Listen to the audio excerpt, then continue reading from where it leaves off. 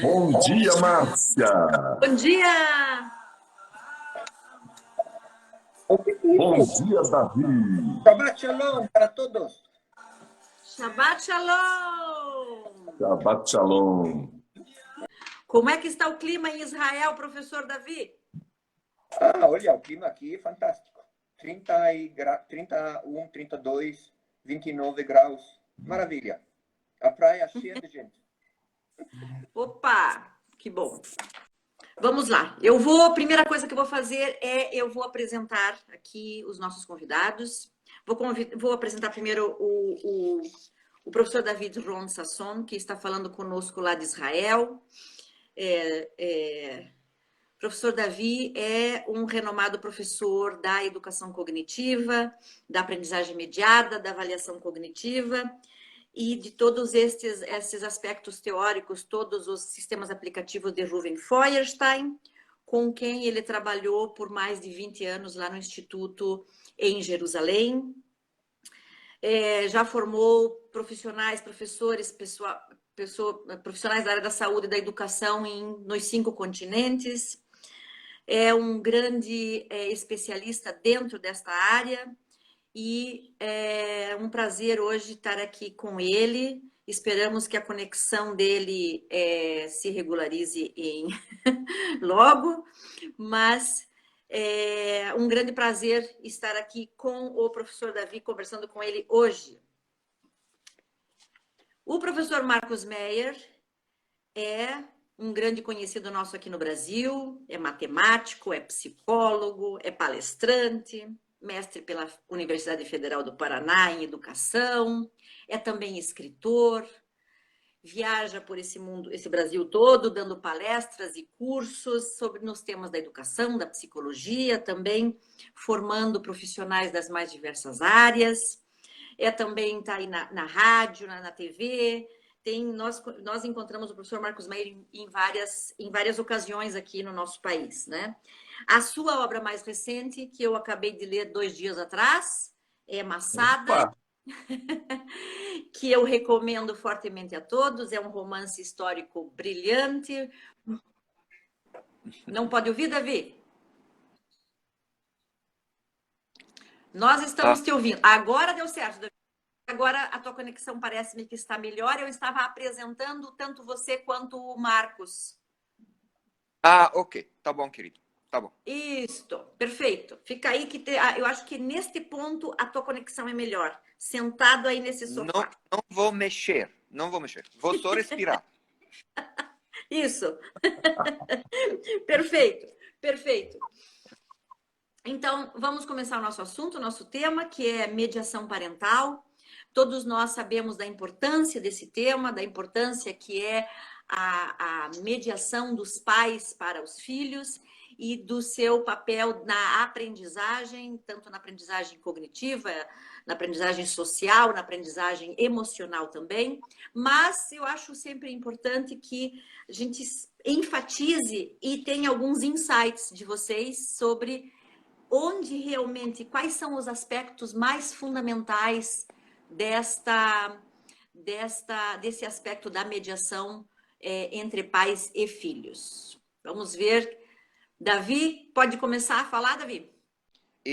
Vou começar falando de forma bastante geral sobre justamente o papel tão importante da interação entre pais e filhos no contexto da família, desde a primeira infância, desde o nascimento de uma criancinha, de um bebezinho, ok?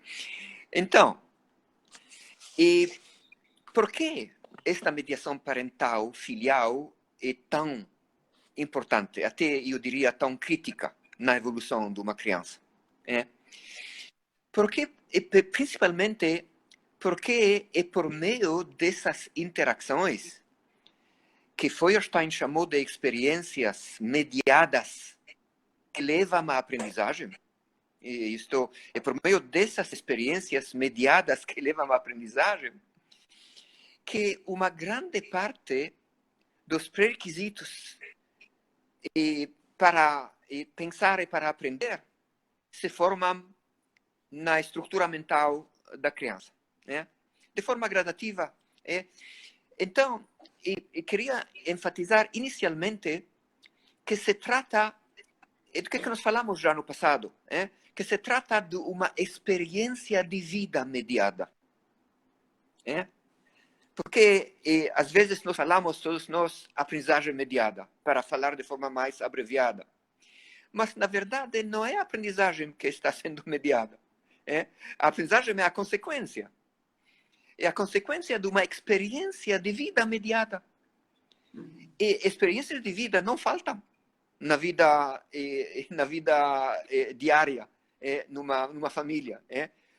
A mãe e o pai interagem constantemente com seus filhos. Pelo menos quando eles são todos em casa. Ok? Agora, a suma importância dessas interações é que, pouco a pouco, a criança começa a formar tantos aspectos indispensáveis para a sua evolução futura, muito antes do início do processo da escolarização. E claro, com certeza, até depois que a criança começa a ir na escola, no jardim de infância, na escola, etc, etc. Agora, o papel dos pais não é sempre bem claro, bem conhecido. Em outras palavras, nem sempre os pais são tão conscientes do seu papel. E muitas vezes eles percebem o seu papel como um papel limitado apenas à proteção, à nutrição, o cuidado com a criança, o amor, a afecção que o pai e a mãe vão oferecer a seu filho ou a sua filha.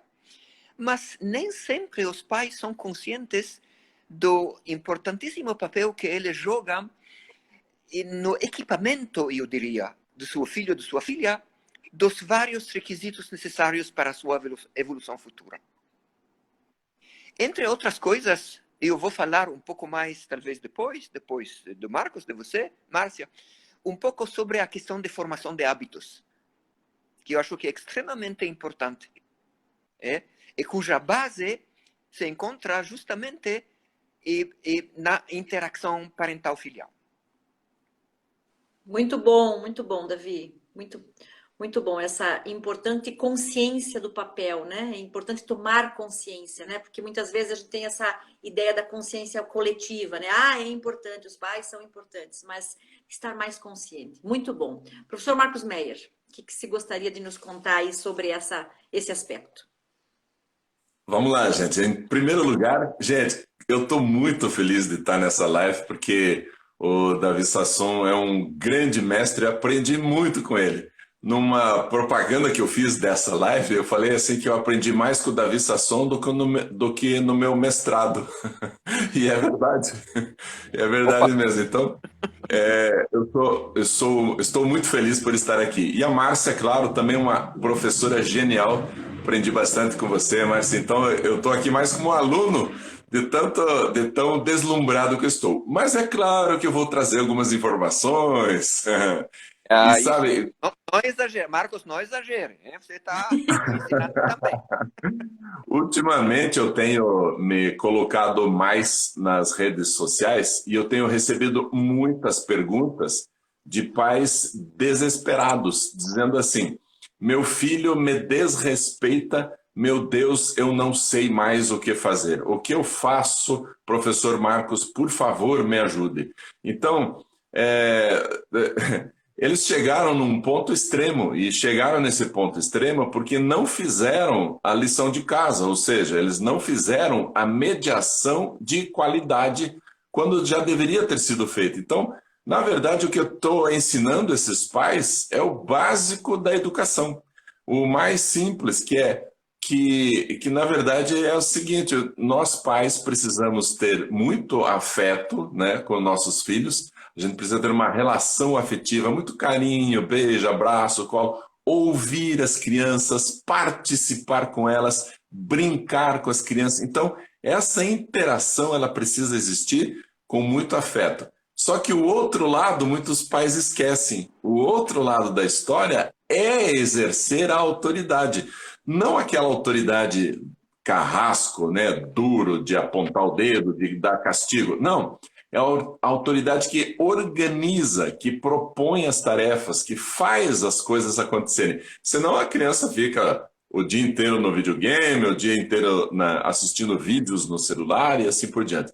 Então a gente precisa equilibrar isso. E aí, quando os pais entendem isso, que afeto e autoridade precisam estar juntos, aí eles começam a aprender. E é claro que nós temos assim muitas coisas dentro da mediação que vão ajudar as crianças a se desenvolver afetivamente e cognitivamente, né? Então, acho que vale a pena a gente tocar, sim, nesse assunto, nesse tema, que é tão importante hoje em dia.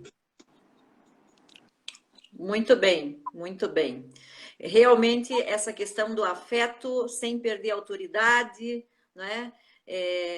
O afeto com os limites é algo bem importante nos dias de hoje, né?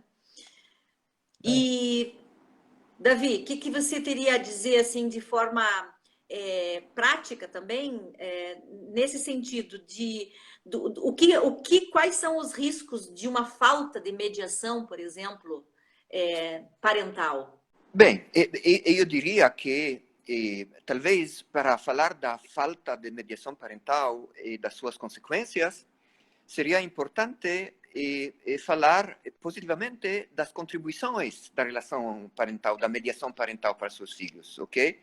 E do positivo será implícito também os riscos que serão a falta do que uma interação mediadora ou mediatizante, eu não sei como dizer em português, do pai para o filho, da mãe para o seu filho. Em primeiro lugar, eu gostaria de enfatizar o aspecto da comunicação verbal. O aspecto da comunicação verbal, que é importantíssimo.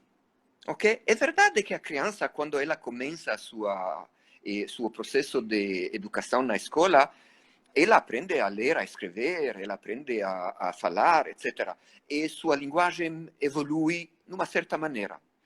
Mas até muito antes do que a criança vai chegar a aprender a escrever e a ler na escola, a interação entre pais e filhos, ela, em primeiro lugar, ela é indispensável para o desenvolvimento de uma linguagem rica, enriquecida, e que não se limitasse apenas a descrever situações de vida, mas que ajuda o jovem a desenvolver uma linguagem de caráter mais sofisticado, eu diria, de um caráter mais conceitual, de falar em termos de conceitos, ao invés de apenas descrever várias situações de vida. Muitas crianças, no contexto familiar, quando elas não são encorajadas, como você falou, Marcos, pelos pais, a envolver-se numa atividade lúdica, ou, não sei, fazendo um passeio fora da casa, ou em qualquer situação de vida cotidiana, ter uma reflexão juntos. Quando a mãe ou o pai ajudam o filho a tomar banho, quando ele é muito jovem. Okay? Quando eles ajudam o filho a vestir-se. Não precisa falar, existem tantas oportunidades de interação entre os pais e seus filhos. Às vezes, infelizmente, este pode ser um risco, Márcia, quando vai faltar esta mediação parental. Às vezes, a interação entre pais e filhos é limitada apenas à satisfação das necessidades que se manifestam. Mãe, eu estou com fome. Pai, eu preciso de um dinheirinho para comprar esta coisa. E assim por diante. Então, se é apenas nesses casos que os pais se tornam envolvidos numa interação verbal com os filhos, o resultado, ou seja, o ganho, o benefício que a criança vai pouco a pouco, poderia ter pouco a pouco acumulado durante suas experiências de vida no contexto da família, serão muito, muito limitados. Ok? Então, e os pais precisam acompanhar os seus atos continuamente falando. Não existe eu acho que não existe uma mãe que fala demais. Entre nós, tá? Não existe um pai que fala demais. Porque se ele vai falar demais, vocês podem não tem dúvida. O filho, a criança vai dizer, papai, mamãe, para de falar, tá bom? Mas até que o filho não intervém nesse sentido, eles precisam falar continuamente. Quando a criança é muito, muito jovem, eles vão acompanhar toda coisa que a criança vai fazer verbalmente. Ah, você está dizendo isso e outro. Ah, você queria dizer não sei, lamentar-te porque você está triste agora, não tem quem vai jogar contigo. É claro, com a evolução cronológica da criança, os pais vão adaptar o nível e o conteúdo das suas falas com os seus filhos, visando de forma consciente e intencional a contribuição para que essas criancinhas e depois esses jovens adolescentes pouco a pouco possam aproveitar dessas interações e não apenas, claro, para o desenvolvimento de uma linguagem universal comunicativa, para transmitir suas ideias também para outras pessoas fora da família, e depois na família mais larga, mais alargada, depois fora da escola. Então, com certeza, se o tempo vai permitir, tanto Marcos como eu vamos falar provavelmente dos aspectos operacionais do pensamento, de funções cognitivas, de operações mentais, mas esta coisa talvez pode ser frequentemente pouco familiar para os pais, esses conceitos, esses aspectos. Só que eles podem utilizar, ao invés desses conceitos um pouco mais, digamos, profissionais, eles podem utilizar conceitos muito mais facilmente disponibilizados para eles mesmos e para seus filhos.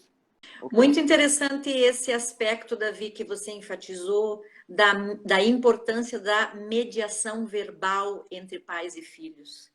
Talvez muitos pais acreditem que um olhar já comunica o que eles estão pensando, ou uma palavra com uma palavra, mas o que você está dizendo para nós é que esta qualidade da comunicação por meio da mediação verbal é algo que vai, com certeza, ajudar a criança não apenas a desenvolver o seu próprio vocabulário, mas também a expandir o seu sistema de necessidades, a sua visão de mundo, a sua interpretação da sua própria vida, do que ele está sentindo, enfim, vai contribuir muito além do que simplesmente a questão da linguagem. Muito interessante esse aspecto, né? Muito bom. E o interessante é a contradição da escola, né? Porque a escola diz assim, fiquem quietos, não falem nada. Mas é justamente a fala que vai propiciar esse desenvolvimento. O Vygotsky, ele fala que a linguagem, ela cresce junto da inteligência. Então, assim, nós precisamos desenvolver a linguagem da criança para que ela possa também se desenvolver cognitivamente. Isso a gente perde muito com a escola que não permite isso, a escola que manda a criança ficar quieta o tempo todo. A criança precisa falar, ela precisa se expressar. Quando meus filhos eram pequenininhos e eles apontavam assim pro filtro, eu falava assim, o que você quer? Eu sei que ele quer água. Eu sabia que ele queria água, mas eu quero que ele verbalize, que ele coloque para fora. Então, o que você está querendo? Aí, água. Ah, água, deixa eu pegar. Aí eu dou água para ele. Então, essa provocação da oralidade é fundamental que nós pais prestemos mais atenção.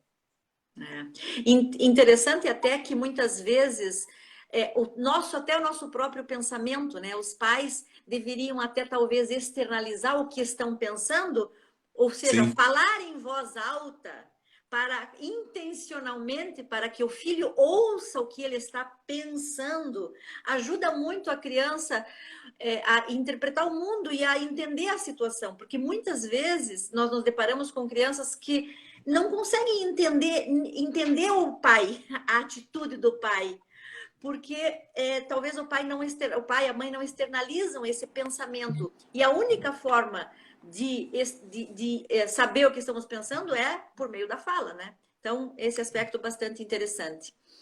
Algum outro aspecto, professor Davi ou professor Marcos, por favor? Só um pouquinho, só uma historinha bem rápida. Nós não podemos ter medo de ensinar palavras novas para as crianças. O meu filho me deu uma netinha, né? Agora eu sou vovô.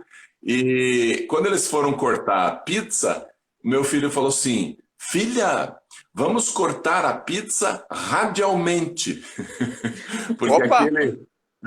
acompanhando os raios de uma circunferência. Aí ele explicou isso. Esses são os raios da circunferência e esses cortes aqui são radiais. Então nós estamos cortando radialmente. Mas a minha netinha tem 3 aninhos. E o que aconteceu? A primeira vez que ela viu uma figura com os raios, ela já disse: olha, pai, foi desenhada radialmente.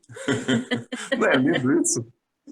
É lindo, com certeza. Muito bem, interessante como as crianças reutilizam, né, a linguagem, a forma como os pais atuam dentro da casa. A criança, ela é uma esponja, né? Ela é um reflexo da interação que existe entre a família, entre o casal, na relação dela com os pais diretamente. Então, uma criança é sempre um reflexo, né? Por isso que é tão importante a gente estar atento a estas questões, né? E isso que o Davi falou, de dar importância para o desenvolvimento da oralidade, infelizmente é pouco percebida essa importância. A maioria dos pais sente assim que, nossa, meu filho fala demais, cansa. Gente, ser pai, ser mãe, cansa. A gente vai precisar, sim, muitos momentos de interação, momentos de qualidade, apesar do nosso cansaço. Nós temos que sempre lembrar disso. Claro que eu não estou dizendo para a gente nunca descansar, não é isso, mas que vai dar trabalho, sim, e a gente tem que pensar dessa forma, porque a forma mais fácil da gente interagir ou de não interagir é dizer: pega esse vídeo, vai ver o celular, vai ver TV, vai jogar videogame. E aí uma pesquisa americana acabou de mostrar que os jovens de hoje estão com o seu quociente de inteligência, que, claro, é um quociente artificial, uma avaliação artificial, mas que a inteligência dos jovens hoje está pela primeira vez na história da humanidade menor do que a dos seus pais.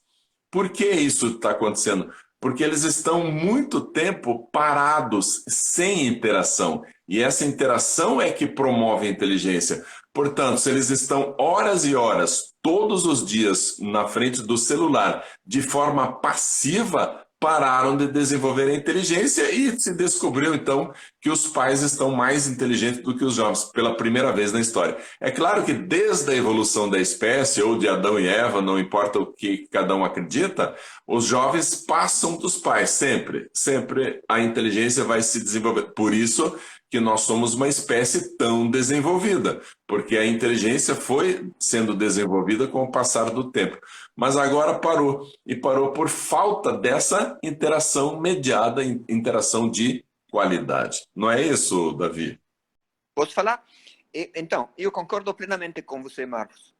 E realmente a diferença consiste na percepção, eu diria, do papel da comunicação verbal, ok? E como eu falei anteriormente, pais que consideram a fala, a comunicação verbal, a sua fala com seus filhos, apenas como um meio de comunicação interpessoal, eles terão tendência a limitar sua fala e justamente a satisfação das necessidades dos filhos ou dos seus pais. faça isso, não faça outro, e assim por diante.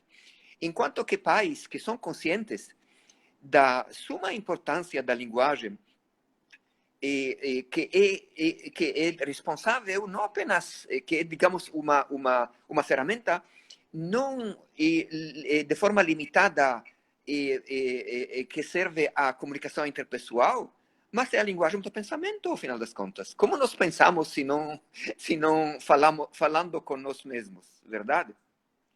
Uhum. Agora, eu diria o seguinte, além, porque uma das perguntas de ti, Márcia, era quais são os papéis, quais são os benefícios de uma interação mediadora entre pais e filhos, ok? Então, além da questão da linguagem, que é indispensável, ok?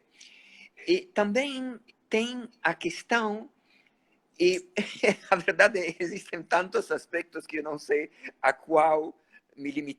quais me limitar. Além desta questão da transmissão cultural, ok?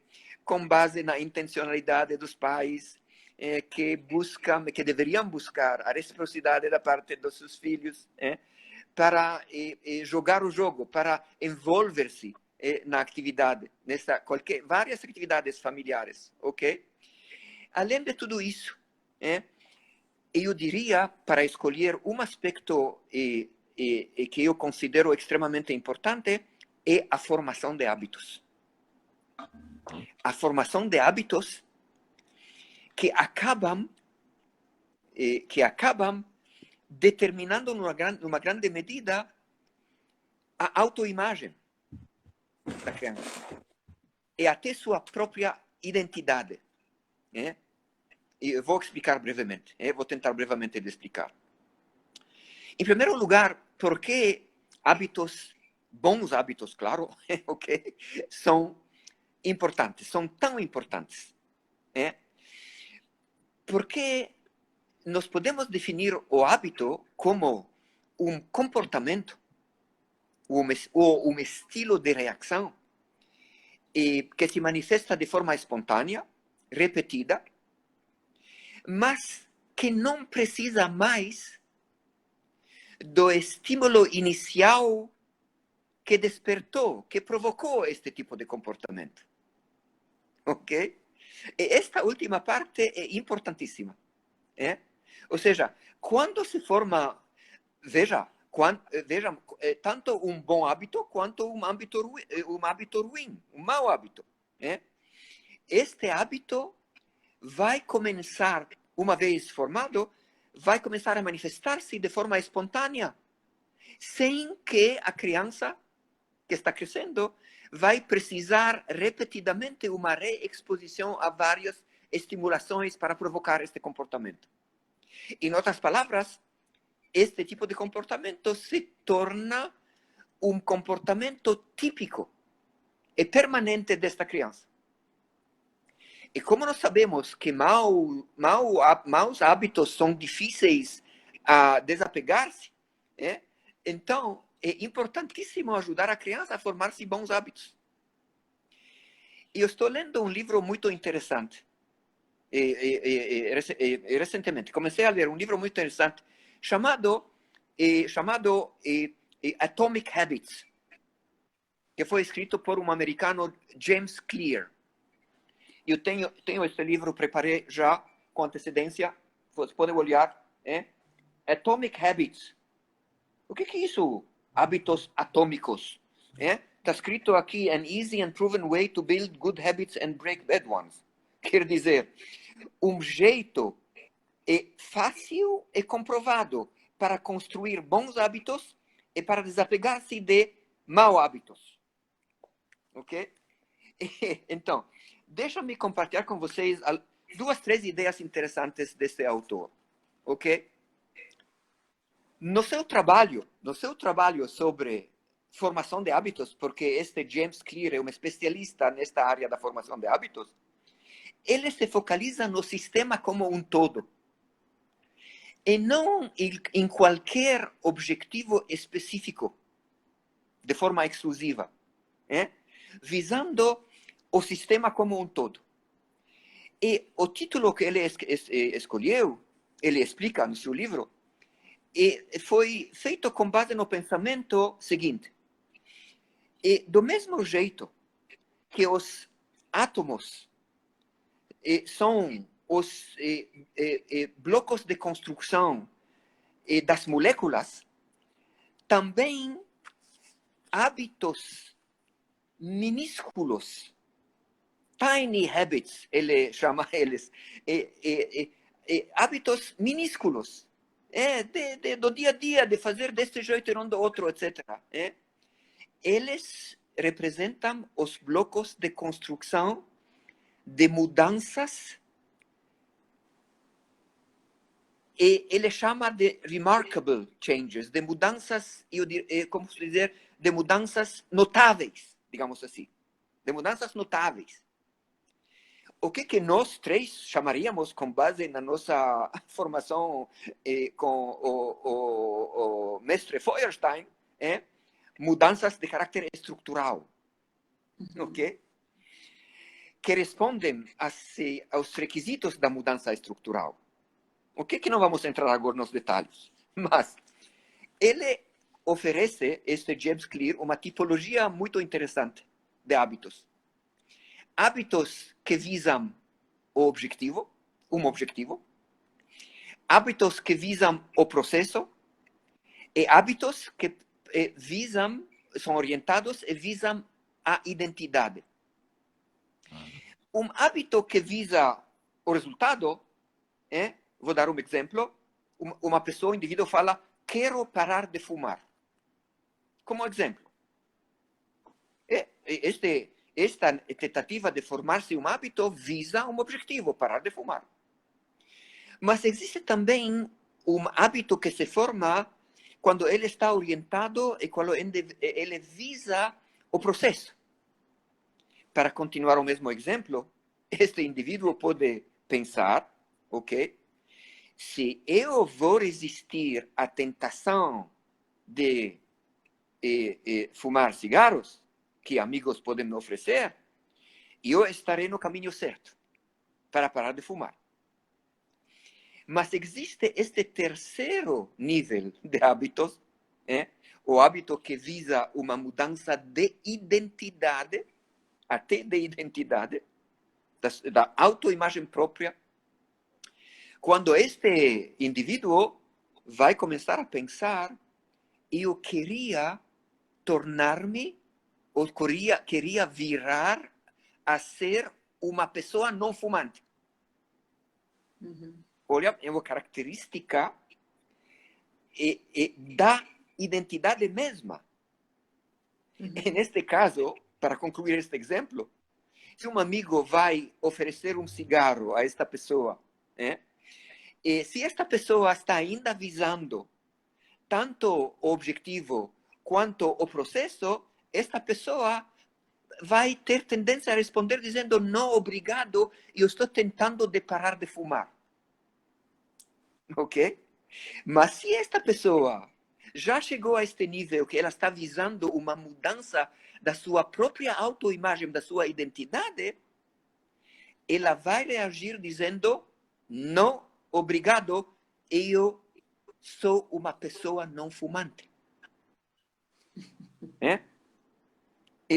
O mesmo exemplo pode ser ilustrado com uma pessoa que quer emagrecer, por exemplo. Marcos, você escreveu um livro sobre a mediação. Interessante, Davi, é muito interessante esse aspecto. Eu estou pensando aqui na casa, na família, com as crianças pequenas, com os adolescentes, como esse aspecto é tão fundamental da criação de hábitos, né? É claro que a criança ainda, e talvez o jovem, ainda não chegue nessa questão da identidade, ainda não tem essa consciência da importância de criar um hábito para mudar sua identidade, mas aí entra talvez o papel dos pais em promover essa questão da identidade, né? Que pessoa que você quer ser, que criança que você é, o que você deseja, qual que é o teu desejo. Então, que hábitos você precisa ter para isso, né? E realmente essa é como nós criamos hábitos desde pequeno dentro da nossa casa, e nós copiamos os hábitos de nossos pais, de nossas mães. Olha a importância desse aspecto da formação de hábitos, né? Que podem contribuir. Veja isso que o Davi falou. Olha que interessante. Tem tudo a ver com isso com o emagrecimento. Muitas pessoas, o objetivo delas é perder 2 quilos, 10 quilos, 5 quilos. Então, qual é o teu objetivo? Perder tantos quilos. Só que nossa consciência, ela não está, nossa evolução, nosso jeito de ser está na nossa identidade, que a gente não gosta de perder. Ninguém gosta de perder. Então, quando você fala eu quero perder tantos quilos, isso inconscientemente não é bom. Então a gente tende a auto-boicotar esse tipo de pensamento. Agora, quando a gente pensa em desenvolver um hábito saudável ou desenvolver um hábito para identidade com esse outro foco, a gente pensa assim, eu quero mudar meu comportamento alimentar porque eu quero ser uma pessoa saudável. E aí você, no processo, vai perder tantos quilos. Mas se o objetivo for tantos quilos, você perdeu e agora você volta a recebê-los de volta porque você já atingiu o objetivo. Agora, se o meu objetivo é ser saudável, eu vou permanecer magro, porque agora eu vou ser daqui para frente sempre saudável. Bem interessante essa questão, Davi, da identidade. Realmente, realmente. Porque tantas pessoas que querem formar-se bons hábitos na vida, tanto jovens quanto pessoas de idade. Eu me considero como uma pessoa também de uma certa idade, você sabe. Então, muitas vezes as pessoas pensam, eu vou alcançar tal objetivo. Eu vou escrever um livro. Vou dar um exemplo de mim mesmo, tá bom? Eu vou escrever um livro, tá bom? Este não é bom. Eu descobri isso. Marcos falou exatamente da mesma ideia com o emagrecimento, mas lendo o livro do James Clear, ok? Porque eu estou visando um objetivo. E quando eu me sinto, escrevo 2, 3 páginas, eu sou feliz da vida. Só que o dia seguinte eu não tenho mais a mesma energia, eu não tenho mais a mesma vontade, e passam 2 dias, 3 dias sem escrever nada. E depois, cada vez, estes pequenos progressos, eles não vão ajudar-me a acabar escrevendo meu livro. É justamente isso. Eu deveria começar a pensar, não eu tenho o objetivo de escrever amanhã 4 páginas ou 5 páginas. Eu preciso pensar em termos que podem parecer um pouco exagerados. Eu quero tornar-me um autor. Essa é uma outra ideia já. Eu quero tornar-me um autor. O que James Clear contribui muito, na minha opinião, é isso. Pensamos assim, formação de hábitos, mudança de identidade, de autoimagem e de identidade, motivação intrínseca, persistência. Pensa nesta sequência, ok? Formação de hábitos, mudança de identidade, de autoimagem, motivação intrínseca, persistência. Tem uma lógica interna dentro disso, ok? E voltando para concluir esta ideia ao papel dos pais, então, um dos papéis centrais de qualquer pai, de qualquer mãe, é ajudar os seus filhos inicialmente a formar-se hábitos de forma consciente. Formação de hábitos de forma consciente acompanhada pela comunicação verbal. Querido filho, querido João, querida Maria, eu gostaria muito de te ajudar a formar-te este tipo de comportamento, este hábito. E você sabe por quê? Porque uma vez que este comportamento que você viu como era tão útil você estava muito satisfeito do resultado obtido, verdade? Não é assim? Então, se você pode me acompanhar para ajudar-te a tornar esse comportamento como um hábito, você vai aproveitar deste tipo de comportamento ao longo de toda a tua vida. Falando no mesmo momento também do aspecto transcendente da mediação parental, ok? Da mediação de significado. Tudo isso é extremamente importante para as interações pais-filhos.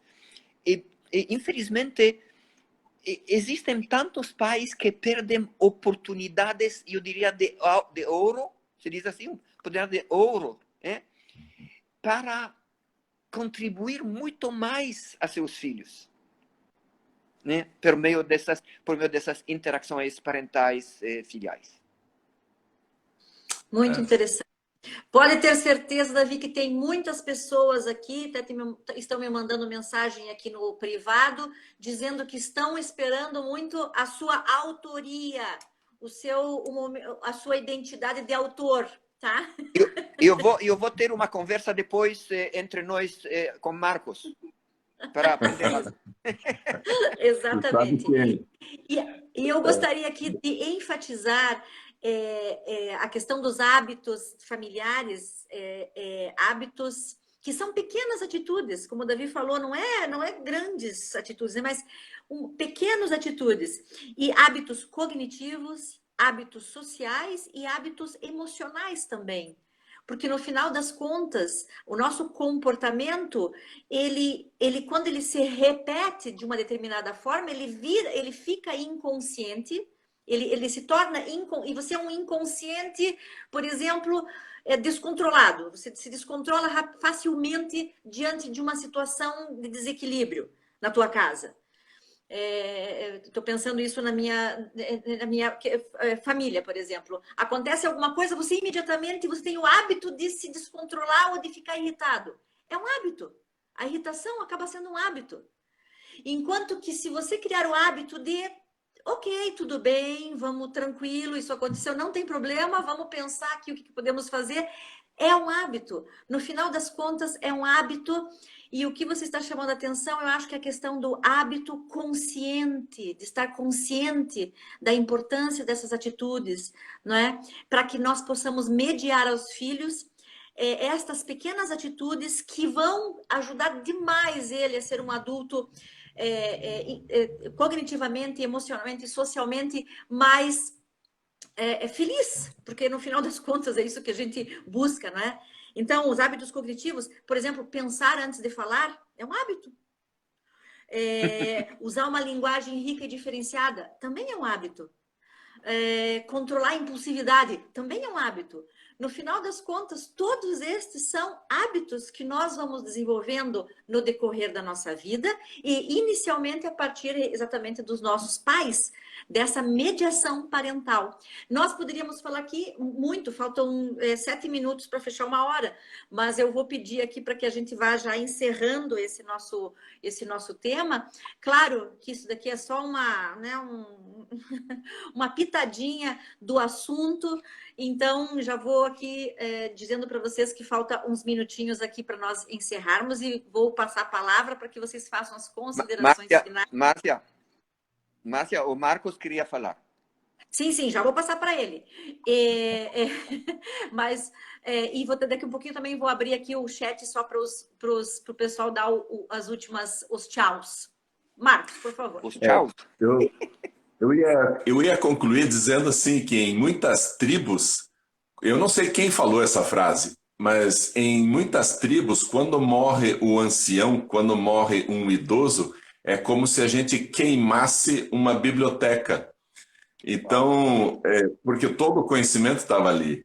Eu acho que quando a gente tem bastante conhecimento, a gente pode contribuir com a sociedade. E a forma de fazer isso é escrever. Então, eu achei bem legal essa ideia do Davi, não focar no trabalho. Eu tenho que escrever tantas páginas por dia. Se eu focar nisso, fica chato mesmo, fica pesado e tal. Mas quando eu penso dessa outra forma, né, criando uma identidade, eu sou alguém que quer contribuir com a sociedade. Ah, então hoje eu vou escrever um pouco. Muda um pouco a mentalidade, é bem interessante. Eu acho que a gente pode pensar isso também na criação de filhos. Eu quero criar um filho com valores, princípios, um filho maduro, inteligente, autônomo, crítico. Então, eu vou ter um pouquinho de trabalho com ele, eu vou interagir com mais qualidade. Gente, infelizmente, realmente está terminando. Eu gostaria que todos vocês que estão me ouvindo aí entrassem lá no meu Instagram, se inscrevessem, Marcos Meyer Oficial. E também eu tenho um canal no YouTube com mais de 300 vídeos sobre educação de filhos, sobre comportamento em geral. Então usem, abusem, é tudo de graça, tá tudo de graça lá, podem usar esse material, inclusive até em reunião de pais, em algumas escolas utilizam. Foi um prazer conversar com o Davi, com você, Márcia, que gostoso estar aqui, e tomara que um dia a gente possa retornar e fazer um trabalho assim novamente. Valeu, gente, muito obrigado, um grande abraço. Davi, vamos lá, Obrigado. Davi. Tuas Obrigado, Marcos. considerações. Então, Pode fazer isso. Márcia, e talvez também, Marcos, você sabe muito bem que eu tenho dificuldade a fechar minha fala. Como eu já falei, eu tenho dificuldade a calar a boca. Mas vou talvez tentar concluir falando do que você mencionou, Márcia, sobre a contribuição da mediação parental a seus filhos, não apenas nos aspectos cognitivos, mas também nos aspectos emocionais, socioafetivos e assim por diante. Verdade? E quem conhece de nossos auditores, se diz assim, das pessoas que nos ouçam, né? Quem conhece ouvem isso. E quem conhecem, todos que conhecem os critérios da aprendizagem, da experiência da aprendizagem mediada, da experiência mediada da aprendizagem, como eu gosto agora de dizer, eles sabem muito bem dos vários aspectos que representam também todos os benefícios, numa grande medida, da mediação parental a seus filhos, ok? Então, falando sobre um aspecto só, sobre componentes que não são puramente cognitivas, a mediação do compartilhamento, que Feuerstein chamou a mediação do comportamento de compartilhar. E o outro lado desta mesma moeda, a mediação da individuação e da diferenciação psicológica. Muitas pessoas que conhecem Feuerstein um pouco sabem disso. Agora, os pais têm um papel primordial. Os pais, inicialmente, os filhos dependem dos pais, não é verdade? Na primeira infância, eles dependem dos pais até para fazer coisas fisicamente, que eles não alcançam, não é verdade? Para nutrir-se, para alimentar-se, precisam da mãe, para preparar algo para comer, do pai, etc. Depois, eles são dependentes da autoridade dos pais. E os pais permitem fazer isso à criança, não permitem fazer outra coisa à criança, verdade? Marcos, você falou da questão da falta de respeito dos filhos, que certos pais se lamentam. Então, realmente, os pais não podem esperar o respeito da sua autoridade de forma, digamos, mágica ou de forma automática. Se eles vão realmente, por meio das suas interações mediadas com seus filhos, eles vão falar aos filhos de pouca idade, como nós dizemos em hebraico, ao nível dos olhos, quer dizer, como igual a igual. Esse é um grande segredo. Não sei se eu contei uma vez, tem um ditado em árabe que diz: "Em keber ebnak hawi". Marcos, você pode traduzir? Em keber ebnak hawi. O Kibe está aqui. Eu lembro da tua tradução no carro aqui em Israel. Mas deixa eu me traduzir. Então, quando seu filho cresce, irmão ele, Ou seja, Ir- a palavra irmão é utilizada como um verbo. Quer dizer, considera ele como um irmão, não com teu filho mais. Quando ele cresce pouco a pouco, você vai considerá-los de forma explícita. Eu estou falando com você como se você fosse meu irmão e não meu filho. Então, Bonito. quando esta mediação desses dois aspectos de uma interação parental-filial tão importantes como o comportamento de compartilhar e também a individuação, eles são complementares. Ou seja, são os pais que vão determinar o qual mediar, ou não, ou quanto mediar o compartilhamento, que é típico da primeira infância, muito mais do que a adolescência, e quando enfatizar mais a individuação e a diferenciação entre nós, para permitir a evolução do filho como uma identidade separada, uma entidade, uma identidade separadas dos pais, da mãe e do pai. Você falou, Márcia, que a criança aprende muito, muito pela imitação. Verdade. A criança imita o comportamento dos pais e da mãe, da família. E pouco a pouco, esses podem tornar-se também hábitos. Mas uma vez que os pais vão mediar esses aspectos de compartilhamento de forma equilibrada com o comportamento, como a individuação, a separação de duas entidades, você, eu sou eu, eles pouco a pouco vão ajudar este filho a formar-se, esta filha, este filho, a formar-se hábitos próprios que se tornam pouco a pouco parte da sua própria identidade, que não será necessariamente uma imitação da identidade e dos comportamentos parentais. Até o ponto que a criança, o filho ou a filha podem pouco a pouco tornar-se ou desenvolver-se como um indivíduo bastante diferente, até radicalmente diferente de sua mãe e do seu pai. Realmente, tem, como você falou, Marcos, tem tantas coisas a dizer que se vocês não vão me dizer, David, eu não vou parar. Bom, então, aproveitando essa deixa, o tempo é curtíssimo e o assunto é vastíssimo.